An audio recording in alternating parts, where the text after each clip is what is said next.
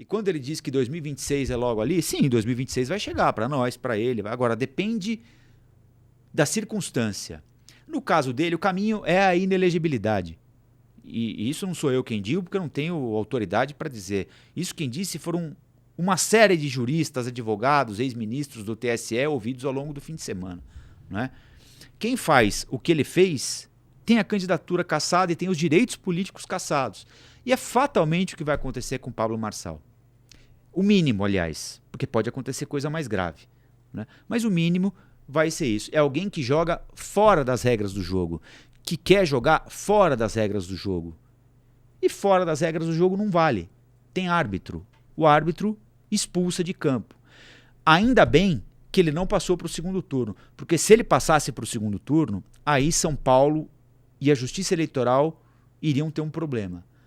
Porque cassar a candidatura, impugnar a candidatura dele, ou eventualmente até o mandato dele, caso ele fosse eleito prefeito, por causa dessa mentira que ele plantou, seria um trauma enorme. Não é? Seria um trauma enorme. Mas se tiver de ser feito, que seja feito. Né? Mas seria um trauma enorme, político, né? Ainda mais para alguém que consegue manipular grupos importantes de pessoas, seria um trauma enorme. Né? Mas no fim das contas, o eleitor fez o seu papel. Embora muita gente tenha caído no conto do Marçal, né? O eleitor fez o seu papel e concretizou e transformou em realidade aquilo que ele dizia como sabedoria. Não vai ter segundo turno. De fato, não vai ter segundo turno. Para ele, não vai ter segundo turno e não vai ter futuro político promissor, aparentemente, se a Justiça Eleitoral agir com o mínimo de rigor necessário nesse caso. É preciso que a Justiça Eleitoral haja e é preciso que os políticos tenham responsabilidades também. Porque é claro que alguém assim chama a atenção e desperta o desejo de partido político. Eu nem estou falando do PRTB, porque o PRTB é um partido inexistente, sem peso eleitoral. O PRTB, né, ele participa do jogo para isso mesmo. Né? Mas quando a gente fala em partidos maiores, mais estruturados, com responsabilidade com o país, é preciso cobrar deles. Né? O seguinte, olha, é claro que ganhar a eleição é importante. É claro que ocupar espaço é importante. Mas tem uma hora que precisa dar um passinho para trás. Né? Tem uma hora que você precisa encarar o muro e falar o seguinte, bom, eu derrubo ou eu volto? É melhor voltar. Né? Porque depois que você derruba o muro, para reconstruí-lo é um trauma, é um trampo, como costumam dizer. Né? E o Marçal significa isso, ele significa a ruptura. E não é essa ruptura do precisamos de algo novo, diferente do que está aí, porque o que está aí de fato não está correspondendo às nossas expectativas. E não está mesmo. Né? A política, lato sensu, não estou aqui falando de Lula, Bolsonaro, Ricardo Nunes, Boulos, Tarcísio, Alckmin, seja lá quem for. A política não responde aos desejos das pessoas. E não é só aqui, é no mundo inteiro. Tem esse mal-estar, essa insatisfação, essa sensação de que você trabalha e não chega onde você quer chegar, que tudo cada vez está mais caro, os salários cada vez estão mais baixos, os serviços estão cada vez piores. Esse mal-estar, ele é global. Né? Agora, o que a gente precisa avaliar é o seguinte, vale a pena tocar fogo no que tem aí porque é ruim?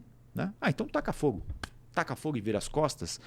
É uma saída, sem dúvida, né? Mas é uma saída inteligente, adequada? Eu acho que não.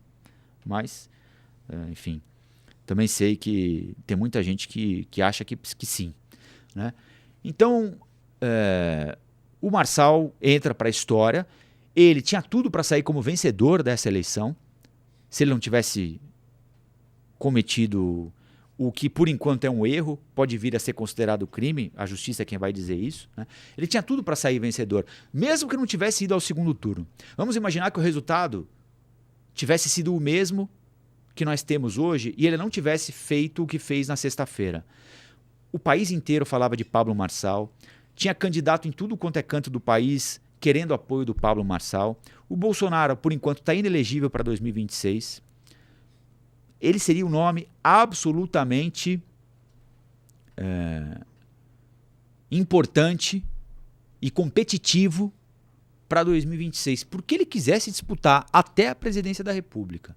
Até a presidência da República.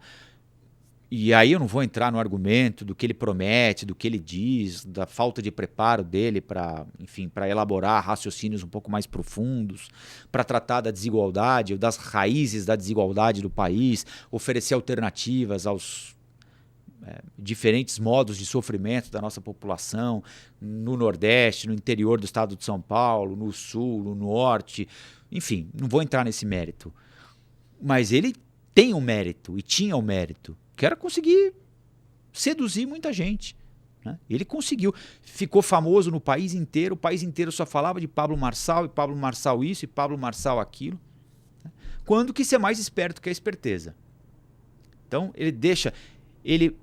por um ato, ele deixou de ser provavelmente um concorrente competitivo à Prefeitura de São Paulo. A gente nunca vai saber que peso teve essa história para ele não ir ao segundo turno, né?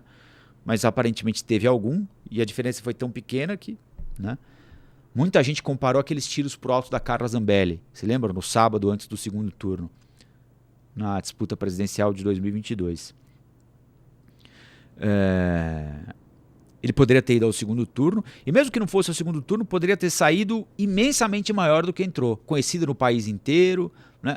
O hype, né? O cara da moda, disputado por partido grande, para ser candidato ao que bem entendesse, sem o Bolsonaro na parada, com uma pista extensa para percorrer aí. Agora, provavelmente, essa pista terá um obstáculo intransponível para ele, que é a Justiça Eleitoral, e provavelmente, ou melhor, possivelmente, a cassação dos direitos políticos dele pela tentativa de impedir ou atrapalhar a livre intenção dos eleitores em São Paulo de votar a partir da tentativa de implantar uma mentira na cabeça de muita gente. Né? Enfim, a gente vai ter de acompanhar o processo agora. Ele tem, ou tinha de prestar depoimento hoje para o Alexandre de Moraes. Né? Vamos ver o que é que vai acontecer. Mas o futuro político dele não é auspicioso, como costumam dizer. E ele é história agora. Uma história importante. Nós vamos nos lembrar dela por muito tempo, mas é história. Vocês se lembram que eu dizia que ele raptou, sequestrou a campanha em São Paulo? Pois é. O resgate custou caro, mas está pago. Né? A refém está liberada.